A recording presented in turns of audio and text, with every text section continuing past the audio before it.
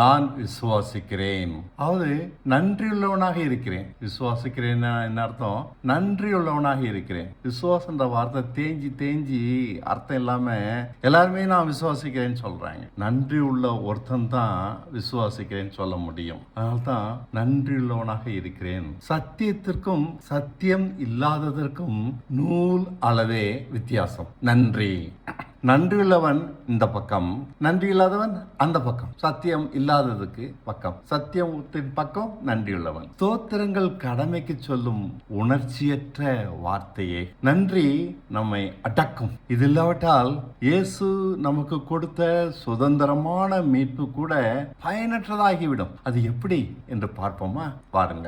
மாம்சமான என்னை ஏற்றுக்கொள்ளும்படி அவர் பாவமாகி இயேசு செம்மையான அவர் கணக்கை எனக்கு தந்து நீதிமானாக்கினார். நானா சொல்லல. 2 கொரிந்தியர் 5ஆம் அதிகாரம் 21வது வசனத்துல அவர் தேவனுடைய நீதிமான நாம் அவருக்குள் தேவனுடைய நீதியாகும்படிக்கு பாவம் அறியாத அவரை நமக்காக பாவமாக்கினார். தேவனுடைய நீதியாகும்படிக்கு. நாம பவர்ஃபுல்லான மாற்றம், திடகாத்திரமான மாற்றம். இது புதிய வாழ்க்கை இது கொடுக்குது, புதிய சிந்தை இது கொடுக்குது, புதிய நோக்கங்கள், புதிய ஆசைகள் எல்லாம் தலைகீழ். அவர் திரும்ப வரும் வரை கொடுத்த மாற்றத்தை யாரும் பிடுங்கிக் கொள்ள முடியாது. என்னிடத்திலிருந்து உறுதியாக அதை பிடித்துக்கொண்டு நிற்பதே என் வேலை. வெளிப்படுத்தின சுவிசேஷத்திலேயே இதை இப்படித்தான் சொல்றாரு. இதோ சீக்கிரமாய் வருகிறேன், ஒருவனும் உன் கிரீடத்தை எடுத்துக்கொள்ளாதபடிக்கு உனக்குள்ளதை பற்றி கொண்டிரு.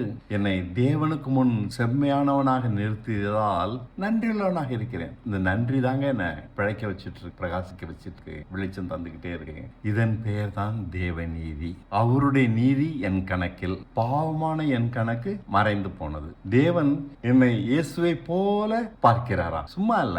அவர் அளவு ஞானத்தை கொடுத்து, பரிசுத்தத்தை கொடுத்து, நீதியை கொடுத்து, மட்டுமல்ல குற்றமான அனைத்திலிருந்தும் மீட்பை கொடுத்து என்னை நோக்கி பார்க்கிறார். 1 கொரிந்தியர் 1:36வது அதிகாரத்துல 36வது வசனத்துல அவரே தேவனால் நமக்கு ஞானமும் நீதியும் பரிசுத்தமும் மீட்புமானார். இப்ப எப்படி? நான் அவர் பிள்ளையாக, அவர் சொந்தமாக, அவர் குடும்பமாக மாறிவிட்டோம். அவரும் நானும் ஒரு குடும்பம். எல்லாம் உயர்வானது. இனியும் நான் பாவம் செய்யலாமா? இப்படி ஒரு கேள்வி வைக்கிறேன். முடியும். எதுக்கு? தேவனை கோபப்படுத்தவா? என் தேவைகள் அவர் பொறுப்பு, என் பிரச்சனைகள் அவர் பொறுப்பு. ஆகையால் பயமின்றி கவலையின்றி எது இருந்தாலும் இல்லாவிட்டாலும் இருக்கிறேன் ஒரு குழந்தையாக அவர் மடியில். என் குணம் மாறிவிட்டது. நம்பிக்கை அற்ற நான் ஆறுதல் அடைந்தேன். அனாதையாக வாழ்ந்த நான் தேவனோடு இணைந்து வாழ்கிறேன். இது போதும். என்னை புதுப்பித்த அவர் என்னை திரும்ப பழையபடி மாறிவிடாதபடி புதுப்பித்தார். என் பாவ சரீரத்தை ஒழித்து விட்டார். கிறுக்குத்தன ஆசைகளை, இச்சைகளை ஒழித்து விட்டார். அசிங்கமான எண்ணங்களை ஒழித்து விட்டார். மதியினங்களை ஒழித்து விட்டார். பலவீனங்களை ஒழித்து விட்டார். கெட்ட பழக்கங்களை ஒழித்து விட்டார். நான் எனக்கென்று ஏங்குகிற மனதை தியாக எண்ணங்களால் நிரப்பினார். எது இருந்தாலும் இல்லாவிட்டாலும் அவர் ஒருவர் போதுமென்ற நம்பிக்கையால் மனம் அடங்க ஆரம்பித்தது. என் ஆசைகளை நிறைவேற்ற ஓடாமல் எனக்காக அவர் தீர்மானித்திருக்கிற வாழ்க்கையை அதன்படி வாழ ஆரம்பிக்கிறேன். இது ஒன்று போதும். வீணாய் போகும்படி அவர் என்னை புதிதாக்கவில்லை. அவர் என்னில் ஏற்படுத்திய இயேசுவின் தன்மைகள் அனைத்தும் உண்மையாகவே உருவாகி முழு மாற்றத்தை வெளிப்படுத்த வேண்டும். அவரை போல பரிசுத்தமும் நீதியான கீழ்ப்படிதலும் உடையவனாக நான் காணப்பட வேண்டும். ஆமா, ஒரு நாள் மட்டுமல்ல, செம்மையானவனாக என்றென்றும் இருக்க வேண்டும். அதற்காக எனக்காக அவரே வாழ்கிறார். இதுதான் ஹைலைட்டே. கடைசி நாளில் அவர் முன் நிற்கும் போது அவனுடைய கிரியைக்கு தக்க பலனை அவர் தரும்போதும் நான் குற்றமற்றவனாக, மாசற்றவனாக, ஒருபோதும் கண்டிக்கப்படாதவனாக நிற்க வேண்டும். இதுதாங்க நோக்கமே. என் பிரச்சனை, என் குடும்பத்தை, என் கஷ்டங்கள், கவலைகளை இதெல்லாம் இல்ல. கடைசி நாள்னு ஒரு நாள் இருக்கு. நம்ம அனைவரும் அவருக்கு முன்னாடி நம்ம வாழ்க்கையை குறித்து கணக்கு ஒப்புவிக்கணும். அப்போ குற்றமற்றவனா, மாசற்றவனா, ஒருபோதும் கண்டிக்கப்படாதவனா நிற்க வேண்டும். அதுதாங்க அவசியம். அதற்காக இது முதல் அவரே வாழ்கிறார். என்னை சிலுவையில் மரிக்க பண்ணி ஒரே அடியாக நீக்கிவிட்டார். கிறிஸ்துவுக்குள் மரித்த என் மேல் இரண்டாம் மரணத்திற்கு அதிகாரம் இல்லை. வெளிப்படுத்தின சுவிசேஷம் 14ஆம் அதிகாரத்துல 13வது வசனம் இப்படி சொல்லுது. பின்பு பரலோகத்திலிருந்து ஒரு சத்தம் உண்டாக கேட்டேன். அது கர்த்தருக்குள் மரிக்கிறவர்கள் இது முதல் பாக்கியவான்கள் என்று எழுது. அவர்கள் கர்த்தருக்குள் மரிக்கிறவர்கள் என்னன்னா, நாம சிலுவையில மரிச்சிட்டோம்னு விசுவாசிக்கிறோம் இல்லையா, அதுதான். அவர்கள் தங்கள் பிரயாசங்களை விட்டொழித்து இளைப்பாறுவார்கள். அதுதான் நம்ம அனுதினமும் செய்யறோம். அவர்களுடைய கிரியைகளை அவர்களோட கூட போம். ஆவியானவரும் ஆம் என்று திருவுளம் பற்றுகிறார். மரணத்தின் கட்டுகளை முறித்து அழியாமையையும், மரணத்தின் கட்டுகள் எல்லோரும் மேலேயும் இருக்கு, அதை முறிச்சிட்டாரு. நம்மளுக்கு மரணம் கிடையாது, அழியாமை. அதனால தான் பேர் என்ன சொல்றாரு, அழியாமை. அதை வெளிப்படுத்தியிருக்காரு. அதனால நித்தியமான ஒரு வாழ்க்கை, நித்திய ஜீவன், அதைக்கான வழியையும் வெளிச்சம் போட்டு காண்பித்திருக்கிறாரு. 2 தீமோத்தேயு 1:10 படிச்சு பாருங்க. எல்லாம் நிறைவேற்றி முடிந்தது. வெளிப்படுத்தின சுவிசேஷம் 16:17 இப்படிதான் சொல்றாரு. 7ஆம் தூதன் தன் களத்தில் உள்ளதை ஆகாயத்தில் ஊற்றினான். அப்போது பரலோகத்தின் சிங்காசனத்திலிருந்து ஆயிற்று என்று சொல்லிய பெருஞ்சத்தம் உண்டாயிற்று. அதுக்கு என்ன அர்த்தம்? எல்லாம் முடிச்சிட்டு கடவுள் நம்மளுக்காக செய்ய வேண்டிய மீட்புக்கான எல்லா வேலையும் முடிச்சு வச்சிட்டார். ஆனால் இத்தனை வருஷங்கள் ஆகியது, யாரும் செம்மையானவர்களாக மாறி பழுதற்ற வாழ்க்கை வாழ காணோமே. நம்மளை பழுதற்றவங்களா ஆக்கியிருக்கிறாரு, ஆனா யாரும் பழுதற்றவங்களா பார்க்க முடியலையே.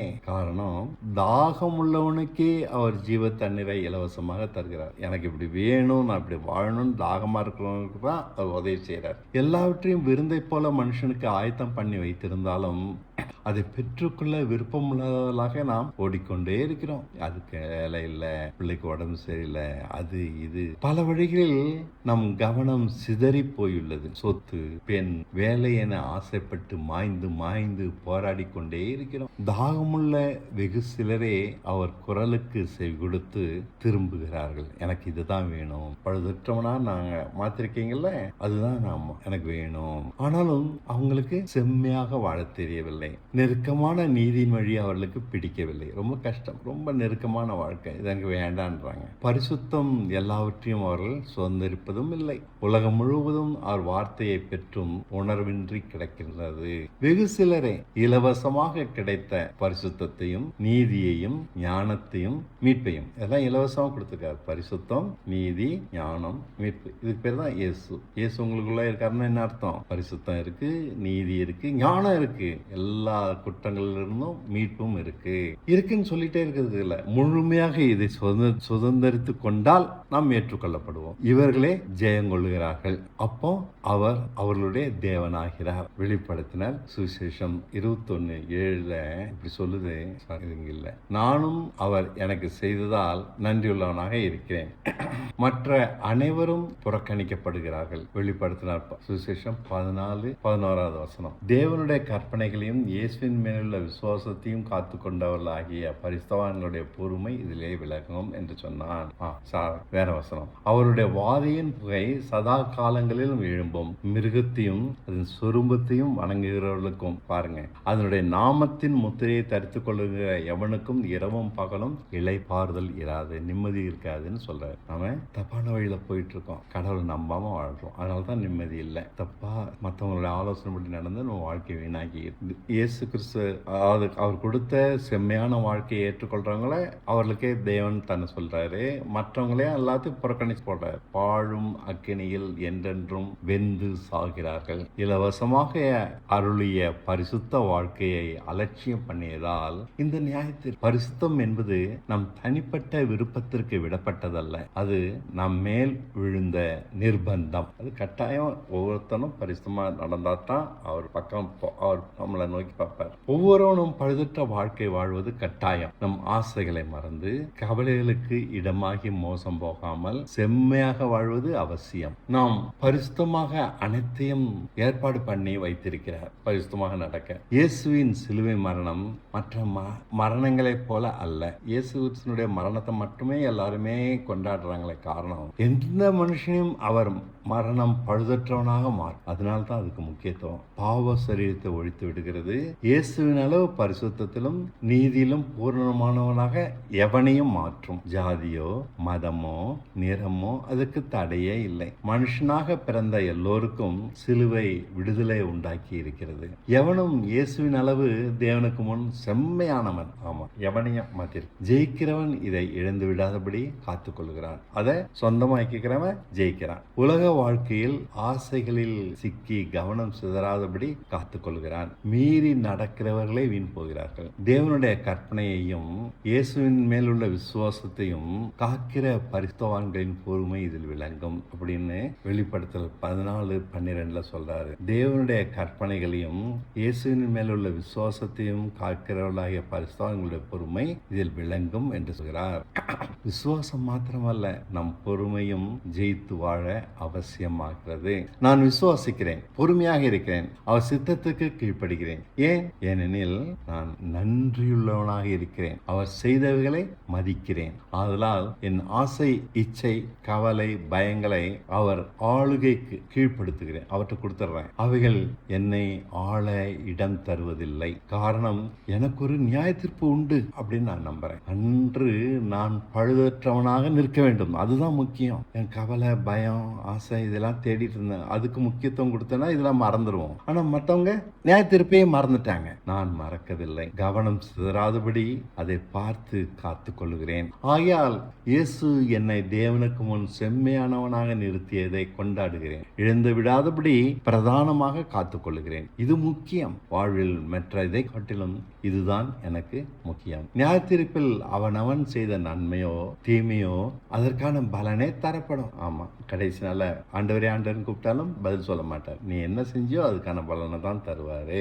இதோ சீக்கிரமாய் வருகிறேன். வெளிப்படுத்தின சுவிசேஷம் 22:12 சொல்றாரு, அவனுடைய கிரியைகளின்படி அவனவனுக்கு நான் அளிக்கும் பலன் என்னோட கூட வருகிறது. அதுக்கான பலனை கொடுக்கறது தான் வரார். மறுபடியும் இயேசு வரான்னு சொல்றாங்களே, அதுக்கு நம்முடைய வாழ்ந்த வாழ்க்கைக்கான பலனை தர வரார். நன்மை மாத்திரமல்ல, தீமையும் கணக்கில் எடுக்கிறார். அன்று தன்னை மறைத்து கொள்ள அவனவன் வழி தேடியும் காணாமல் புலம்புவான். தீமையே இல்லாதவன் யார்? நாம் தான் செம்மைப்படுத்தப்பட்டுள்ளோமே. நம்ம இயேசு செம்மைப்படுத்தி இருக்கிறார்ல. மகிமை நிறைந்தவர்களாக பழுதற்ற வாழ்க்கையை வாழ்வதே இனி என் வேலை. இயேசுவின் சிலுவை மரணம் இனிவரும் நியாய தீர்ப்புக்கு நம்மை ஆயத்தப்படுத்துகிறது. இதனால் தான் இயேசுவின் சிலுவை மரணம் முக்கியமானது. ஆகையால் நன்றியுள்ளவனாவதே மையப்புள்ளி. நன்றியுள்ளவனா இருங்க, அது போதும். அவர் கொடுத்த செம்மையான வாழ்க்கையை காத்துக்கொள்ள நன்றி வேண்டும். நன்றியுள்ளவன் கிரியை விசுவாசத்தின் கிரியை. நன்றி இல்லாதவனுடைய கிரியை விசுவாசம் இல்லாதவனுடைய கிரியை. விசுவாசிக்காம தான் அவன் தாறுமாற நடந்துதான் இருப்பான். ஆண்டவரே ஆண்டவரையும் கூப்பிட்டு இருப்பான். நன்றி நம் ஆசையை கட்டுப்படுத்தும். தரிகிட்டு ஓடுகிற நம் மனதை கட்டி போடும். கிறிஸ்துவின் கற்பனைகளை கை கொள்ளும். கனவிலும் மறக்காது. அவர் நமக்காக வைத்துள்ள திட்டத்தை நிறைவேற்றி பணிந்து அவருக்கு முன் நிற்கும். தகுதியில்லாத நம்மை தகுதிப்படுத்தினாரே என்று எண்ணி மனம் குமுறும். மற்ற ஆசை கவலைகள் எல்லாம் அற்பமாக அதற்கு முன் தெரியும். வேறு எதையும் பெரிதாக பார்க்காது. வாழ்க்கையில வேற எதையுமே பெருசா பார்க்காது. எனக்கு வேலை கொடுத்தாரு, கல்யாணம் பண்ணி வச்சாரு, நிலத்தை வாங்கினேன், காரை வாங்கினேன், அதெல்லாம் எதுவுமே இல்லை. அவருக்கு முன் பழுதற்றவனா இருக்கிறேன். அதுதான் பெருசு. ஏன்னா நியாய தீர்ப்புன்னு ஒண்ணு நமக்கு உண்டு. கிறிஸ்து நமக்கு தந்தது அதிசயமான தகுதி, செம்மையான ஒரு வாழ்க்கை, மகிமையான தகுதி, பேரின்பமான தகுதி. தேவனுக்கு முன் பழுதற்றவன் இயேசுவினால். எதுவும் இதை பிடிங்கிக் கொள்ள கூடாது. நியாய தீர்ப்பில் அநேகர் அழுது கத்தி கூப்பாடு போடுவார்கள். அன்னைக்கு ஐயோ தெரியாம போச்சே. ஆனால் நானும் தைரியமாக நிற்பேன். 1 யோவான் 4:17. நியாய தீர்ப்பு நாளில் நமக்கு தைரியம் உண்டாயிருக்கத்தக்கதாக அன்பு நம்மிடத்தில் பூர்ணப்படுகிறது. ஏனென்றால் அவர் இருக்கிற பிரகாரமாக நாமும் இவ்வுலகத்தில் இருக்கிறோம். அதாவது அவரை மாதிரியே நம்ம நடக்கிறோம், அவரை மாதிரி பேசுறோம், அவரை மாதிரியே வாழ்கிறோம். அதனால நம்மளுக்கு நியாய தீர்ப்புல தைரியம் இருக்கு. அதாவது அவரால் வாழ்கிறோம், அவருக்காக வாழ்கிறோம், பழுதற்றவர்களாக. இதைத்தான் நம்ம காப்பாத்துறோம். சொத்து சேர்க்கறதுலாம் இல்லை. கடவுள் கொடுத்தா போதும், கொடுக்காருனா இல்லை. இதனால் பவுல் இயேசுவின் நற்செய்தியை குறித்து வெட்கப்படேன், கடன்பட்டவன் போல பெருமையாக எல்லோருக்கும் அறிவிப்பேன் என்கிறான். இவ்வளவு பெரிய வாழ்க்கை கடவுள் நம்மளுக்கு கொடுத்திருக்காரு. அவருக்கு முன் எவனும் செம்மைப்படுத்தப்பட்டவன். இதான் நற்செய்தி. எவனும் செம்மையானவன். ஆண்டவர் அவங்க பாவங்களுக்காக தண்டிக்க போறதில்ல, சபிக்க போறதில்ல, எந்தவித கட்டுப்பாடும் கொடுக்க போறதில்ல, நிர்பந்தமே இல்லை. இனி குற்றம் சொல்லுவதில் இல்லை. தேவன் கை நீட்டி நீ குற்றம் வாளின்னு சொல்ல மாட்டார். பாவ செயல்களுக்காக சாபங்கள் இல்லை, எவ்வித நிர்பந்தமும் இல்லை. நீங்கள் விடுதலை ஆக்கப்பட்டீர்கள். சட்டியில் இருந்தா தானையா ஆகப்பையில் வரும், இல்லாவிட்டால் எப்படி? சட்டியை கவனித்து பாருங்கள். பால் பாயசமே இருக்கிறது. இயேசுவின் பாவமற்ற வாழ்க்கை உங்கள் வாழ்க்கையாக மாறிப்போனது. ஆதலால் இயேசுக்கு எந்த சாபமும் இல்லை, நோயும் இல்லை, வாதியும் இல்லை, பொல்லாப்பும் இல்லை. அதே போல உங்களுக்கும் அவர் நாமத்தை நீங்கள் அறிந்திருக்கிறபடியால் உயர்ந்த அடைக்கலத்தில் வைப்பார். அவர் சத்தியம் நமக்கு பாதுகாப்பான கேடகமும் பட்டயமுமாம். இல்லைன்னு சொல்லாத, இருக்குது. நோய் விலகுது பாரு, பிரச்சனைகள் மறைகிறது பாரு, தொல்லை கஷ்டங்கள் ஒழுகின்றனப்பா. எப்படி? அவரளவு நமக்கு பரிசுத்தமும் நீதியும் உண்டாகி இருக்கிறபடியால் சாபம் காணாமல் போகும். யார் சபிச்சாலும் அதுக்கு நிக்காதுங்க, எடுபடாது. நாம் கிறிஸ்துவினால் செம்மைப்படுத்தப்பட்டிருக்கிறோம். அதுதான் அவர் சிறப்பே. நாம் இனி எதற்கும் அடிமை இல்லை. நம் மரணம் இயேசுவோடு நிறைவேறியதால் நம்ம எந்த பொல்லாத ஆளுமைக்கும் அதிகாரம் இல்லை. இயேசுவால் பிழைக்கிறோம், நன்றியால் வாழ்கிறோம், நீதிமானாக நடக்கிறோம். அவர் நம்மை ஆளுகிறபடியால் எதை குறித்தும் கவலைப்படுவதில்லை. அவர் ஆளுகிறபடியால் எந்த பலவீனமும் பலவீனமாக காணப்படாது. எந்த நோயும் நோயாக நம்மை சித்திரவதப்படுத்தாது. தேவன் சொல்கிறபடி வாழ்கிறோம். நம் ஆசை இஷ்டங்களை தூக்கி போட்டுவிட்டு அவர் கொடுத்த சுதந்திரத்தை அனுபவிக்கிறோம் ஆனந்தமாக. எதிலிருந்து சுதந்திரம்? குற்றங்களில் இருந்து சுதந்திரம், பாவங்களிலிருந்து சுதந்திரம், கவலையிலிருந்து சுதந்திரம், பயத்திலிருந்து சுதந்திரம், ஆசைகளிலிருந்தும் சுதந்திரம். வாழ்க்கை ஒரு வீடியோ கேம் போல. ஐயா, நம்மை சுற்றி பல பிரச்சனைகள் தாங்க முடியாதபடி வருகின்றன. என்ன செய்வதென்றே தெரியவில்லை. ஆசைகள் ஒரு பக்கம் அலை கழிக்கின்றன. இவைகளின் மத்தியில் பரிசுத்தமாக நடக்க வேண்டும். இதுதான் கேம். இத்தனை பிரச்சனைகள் மத்தியில் உங்களை வச்சிருக்காரு. இதுதான் கேம். தேவனை நம்பி பிரச்சனைகளில் சிக்காமல் நடந்தால் ஜெயித்து விட்டோம், பரிசுத்தத்தை காத்துக்கொண்டோம். ஆசைகள் நம்மை ஆளாதபடி அவர் சித்தத்திற்கு பணிந்து விட்டால் கேமில் மீண்டும் ஜெயித்து விட்டோம், மேலும் முன்னேறுகிறோம். பிரச்சனைகள் கடவுள்கிட்ட கொடுத்து அவர் ஆளை சொல்லிவிட்டு நாம பேசாம ஃப்ரீயா இருக்கோம். அதனால ஜெயிக்கிறோம் என்ன?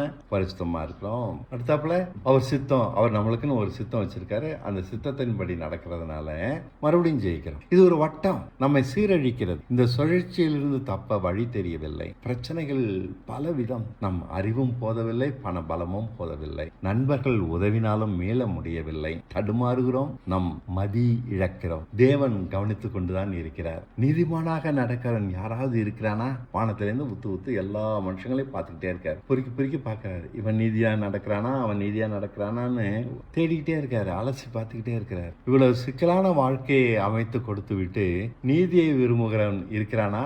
இருந்தால் அவனை ஏற்று நீதியாக வாழ உதவி செய்கிறார். மற்றவர்களை அக்னி பதரில் எரிப்பது போல எரித்து விடுகிறார். இச்சை எதுவிலும் சிக்காமல் தப்ப நமக்கு சொல்லி தருகிறார். அப்படி நம்ம நீதியா இருக்கணும்னு ஆசைப்பட்டோம்னா கவலை பயங்கள் எதிலிருந்தும் தப்பி வைக்கிறார். எல்லாத்திலையும் அவர் பார்த்துக்கிறார். பரிசுத்தமாக வாழ அவனுக்கு உதவி செய்கிறார். அவர் உதவி செஞ்சாதான் பரிசுத்தமா வாழ முடியும். மற்றவர்கள் தங்கள் புத்தியிலே பெரியவர்களாக எண்ணி அதை செஞ்சலாம், இதை சாதிச்சலாம், அவன் அப்படி செஞ்சலாம், இப்படி செஞ்சலாம்னு பிளான் போட்டு கெட்டு போறாங்க. தங்கள் புத்தியிலே பெரியவர்களாக எண்ணி மூடர்களாக நடந்து பரிசுத்தம் அடையாமல் மோசம் போகிறார். பரிசுத்தம் ஞானப்பழம் அல்ல, தேவனை சார்ந்து கொள்வதால் உண்டாகிற அமைதியே பரிசுத்தம். என்ன? மனம் இளைப்பாறுதலா இருக்கு. எந்த சூழ்நிலையில பயத்துல கவலையில எதுவுமே இல்லை, எல்லாத்தையும் அவற்றை கொடுத்தாச்சு. ஆசையும் இல்லை. இதுதாங்க மனசை போட்டு குழப்பது. இதுதான் நம்மளுக்கு பரிசுத்தத்தை கலைக்குது, நம்முடைய இளைப்பாறுதலை நீக்குது, அமைதி கலையுது. இதான். அப்படியானால் வாழ்க்கை வீடியோ கேம் தானே. 80 வருஷமோ 90 வருடமோ மனுஷன் காலம் கொஞ்சம். இங்கு அவன் செய்கை இந்த உலகத்துல அவனை நித்தியத்திற்கும் வாழ்வானா இல்லை ஆக்கனை அடைந்து சாவானா என்பதை தீர்மானிக்கிறது. புரியுதுங்களா? இதான் கேம். நீ என்ன செய்யறியோ அதுதான் உனக்கு வாழ்க்கையின் முடிவுல உனக்கு கிடைக்கும். நித்தியத்துக்கும் வாழக்கூடிய வாழ்க்கையாகவும் அமையலாம், ஆக்கினை அடைந்து சாகக்கூடிய வாழ்க்கையாகவும் அமையலாம். பாவியை நீதிமானாக்குகிற தேவனை சார்ந்திருந்தால் தீமை தீமையற்றவனாகி எந்த அஸ்தியுமே அவன்கிட்ட இருக்காது. அதான் பழுதற்ற ஒரு வாழ்க்கை. நித்திய காலத்துக்கும் வாழலாம். அவரை சார்ந்திருந்தேன்னா கேமில் ஜெயிச்சிட்டேன், இல்லாவிட்டால் நித்திய சாவுதான். நாம் நீதியை விரும்பினால் போதும். விரும்பதாங்க சொல்றாரு. அவரு நீதியா நடத்தி வைப்பார். அக்கிரமத்தை வெறுத்தால் போதும், மற்றதை அவர் பார்த்துக் கொள்வார். இவ்வளவுதாங்க கேம். புரியுதுங்களா? நம்ம ஏதோ நீதி செய்யணும், சுத்தமா இருக்கணும், செல்ஃப் கண்ட்ரோலா இருக்கணும் அப்படிலாம் இல்லை. நான் விரும்புற ஆண்டவர் நீதிமான என்ன மாத்துங்க அப்படின்னு அதை மட்டும் தான் ஆண்டர்கிட்ட கேட்கணும். நம்முடைய ஆசையெல்லாம் கேட்டுட்டு இருக்க கூடாது. அக்கிரமமான உலகத்தை படைத்து ஆசைகள் நிறைந்த மனுஷனை அதில் வைத்திருக்கிறார். யார் ஜெயிப்பா?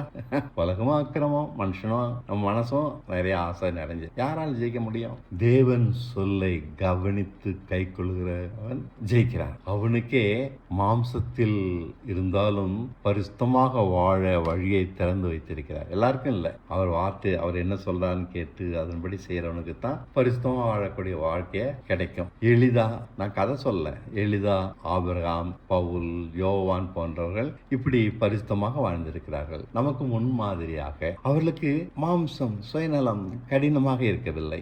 சுயநலம் தான் நம்ம எல்லாரையும் கெடுக்குது. உலக கவலைகளோ மற்ற பயங்களோ அவர்களை ஒன்றும் செய்யவில்லையே. அவர்களை எளிதாக அவர்கள் மேற்கொண்டார்களே. சிலரே ஆயினும் தேவனால் ஜெயித்த இவர்கள் விலையேறப்பெற்ற முத்தல்லவா. தேவனிடம் எல்லாம் உன்னதம் தான். மிஞ்சி அன்பு கூறுகிறார். அவர் இரக்கம் பெரியது. தன் ஜீவனையே கொடுத்து மீட்கிற இயேசு நம்மிடம் உன்னத அன்பையே எதிர்பார்க்கிறார். நம்மகிட்டையும் அவர் பாராட்டினது பெரிய அன்பு. அதே மாதிரி அன்பை நம்மகிட்டையும் எதிர்பார்க்கிறார். உச்சகமான உன்னதமான தாகத்தை, நான் ஏற்கனவே சொன்னா தாகம் உள்ளவரை என்னிடத்தில் வாங்கினால தாகத்தை, நீதியா இருக்கணும், பரிசுத்தமா இருக்கணும், பழுதற்றவனா இருக்கணும்னு தாகம் நம்மகிட்ட இருக்கணும் இல்லையா? அவர் பழுதற்றவனா ஆகிட்டார். நம்மளுக்கு தாகம் இல்லைன்னா அத்தனை வேஸ்ட் தானே.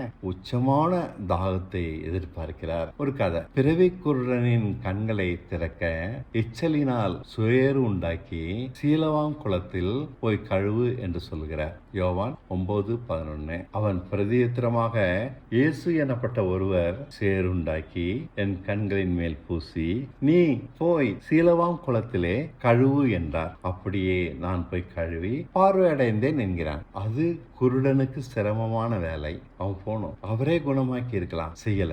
தாகம் இருந்தால் சிரமம் பார்க்க மாட்டான், அலட்சியம் பண்ண மாட்டான், சொன்னதை செய்வான். எவ்வளவு கஷ்டமானாலும் நம் தாகத்தை அவர் முதலில் அளந்து பார்க்கிறார். அதை கொண்டே கிருபை தருகிறார். ஆண்டவரே கிருபை தாரன்லாம் கிடைக்காதுங்க. நம்ம தாகம் இருந்தா, எவ்வளவு தாகமா இருக்கிறானோ அந்த அளவு தான் கிருபை கிடைக்கும். தேவை குறைவுள்ளவன் கழுவ மாட்டான்.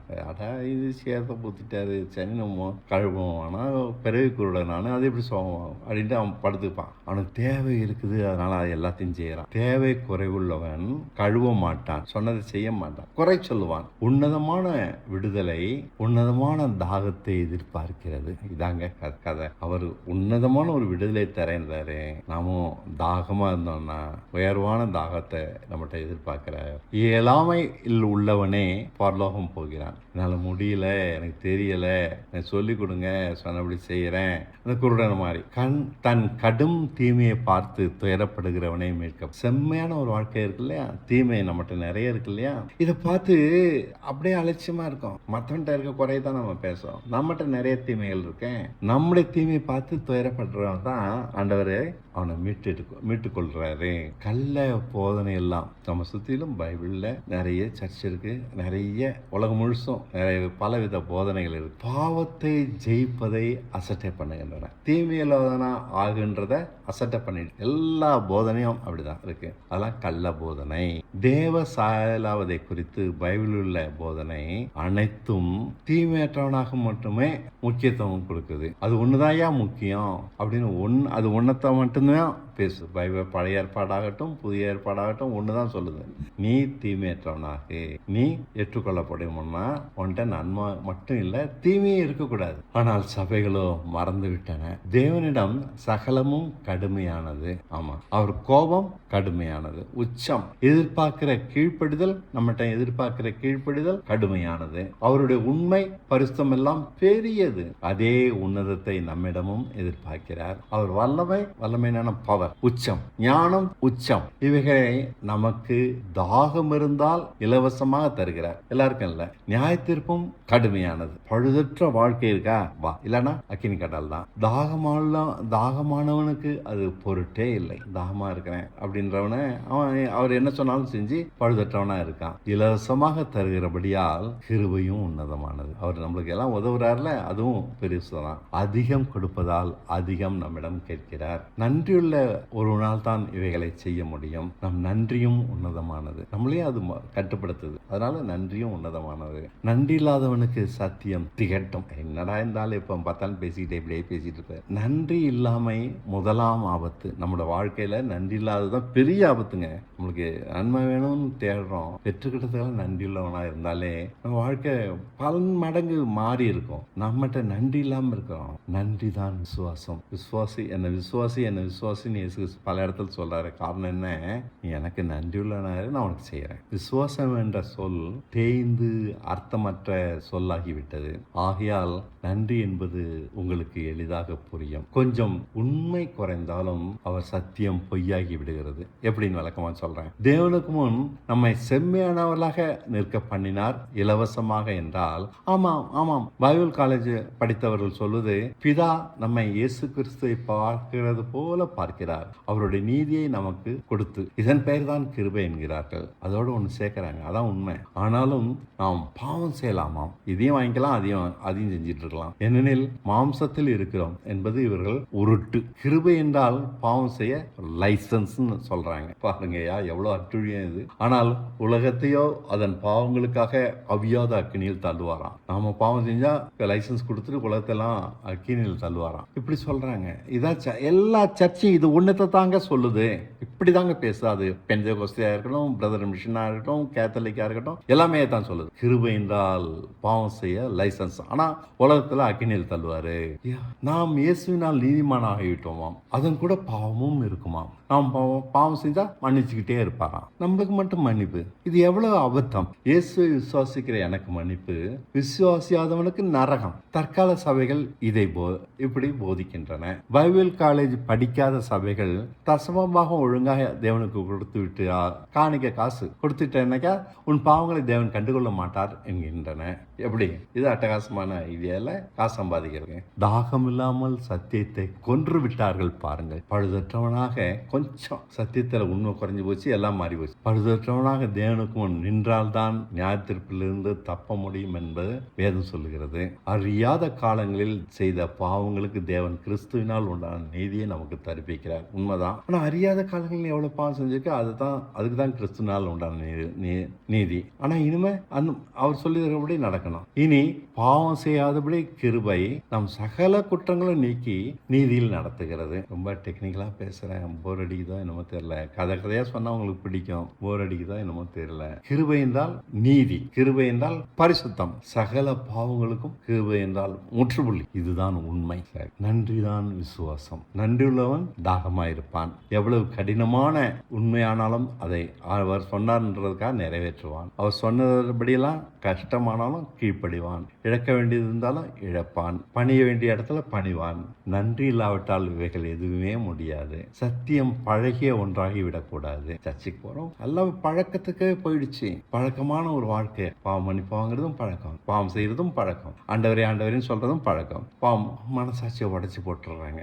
நாதாப் அபிகுன்னு 2 பசங்க ஒரு ஆசாரியனுக்கு இருந்தாங்க. பிரதான ஆசாரியன் ஆரோன் ஒரு பிரதான ஆசாரியன் மோசே கூட இருந்தான். அவனோட பிள்ளைங்க பேரு நாதாப் அபிகு. ஒரு கதை இது. அவங்க என்ன செஞ்சாங்க, அனுதினமும் தேவனோட அவங்க அப்பா கூட சேர்ந்து எல்லா வேலையும் அவர் கூட இட்ட வேலையெல்லாம் செஞ்சுக்கிட்டே இருப்பாங்க. அந்த பழங்காலத்துக்கு ஆலயத்துல பழகியதால் தேவனுக்கு முன் தப்பாக நடந்து, அதாவது அக்கினியை அவர் சொல்லாத வகையில அக்கினியை கொண்டு வந்து தேவனுக்கு முன்னாடி வச்சாங்க. அதனால தேவன் கோபப்பட்டு அவங்களை அழிச்சிட்டாரு. கூடாது. லேவியாரகம் 10 அதிகாரம் 2வது வசனத்தை சொல்லுது. பின்பு ஆரோனின் குமாரனாகிய நாதாபும் அபியூவும் தன் தன் தூப கலசத்தை எடுத்து வந்து அவைகள் அக்கினியையும் அது மேல் தூப வர்க்கத்தையும் போட்டு கர்த்தர் தங்களுக்கு கட்டளையிடாத அந்நிய அக்கினியை அவருடைய சன்னதியில் கொண்டு வந்தார்கள்.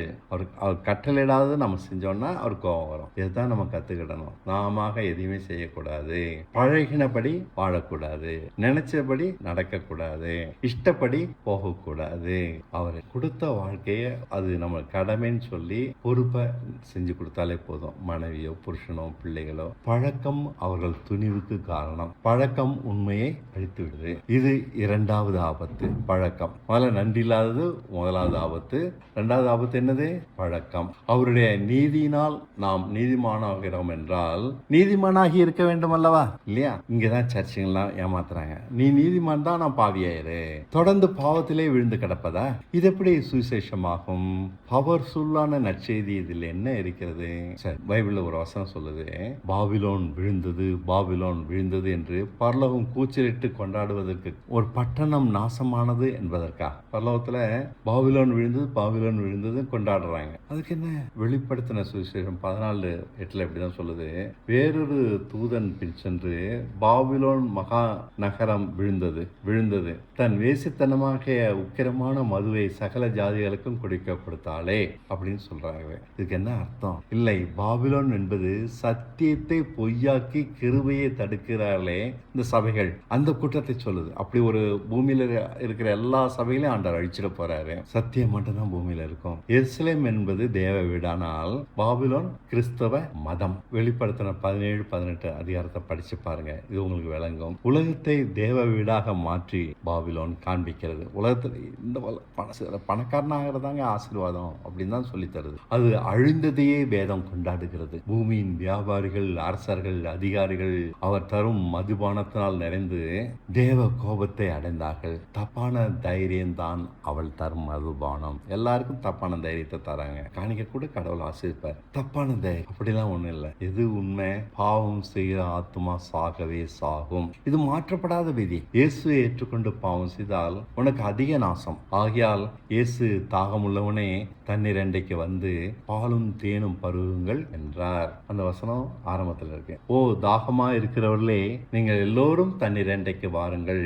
பணம் இல்லாதவர்களே, நீங்கள் வந்து வாங்கி சாப்பிடுங்கள். நீங்கள் வந்து பணமும் இன்றி விலையுமின்றி திராட்சரசமும் பாலும் கொள்ளுங்கள்.